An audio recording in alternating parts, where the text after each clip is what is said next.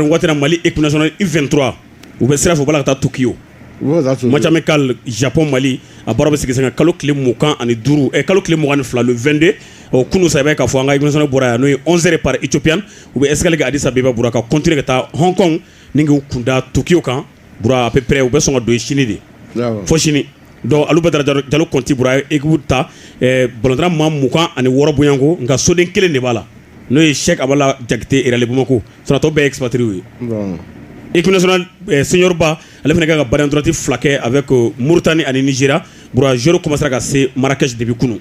awɔ voilà faut mieux dire faut ka dɔn bɛ n'a sɔrɔ Mamadou Jawara n'a ci bɛ san 19 na Francis kɔnɔ n'a b'a fɔ ma équipe kosɛbɛ kɛ ko Mali k'an ye dɔn k'an y'a contacté ko Mali bɛ fɛ ka na su fɛ Jeux olympiques la poste jumɛn jouer fɛn milieu de terrain de don ayiwa donc ko a kana jouer Mali fɛ Jeux olympiques la kosɛbɛ donc ani Mali kɔni ye ɲɔgɔn ye kɛ ani Mali ye ɲɔgɔn kɛ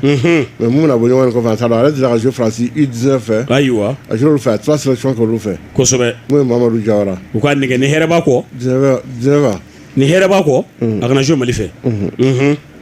mun ye Turki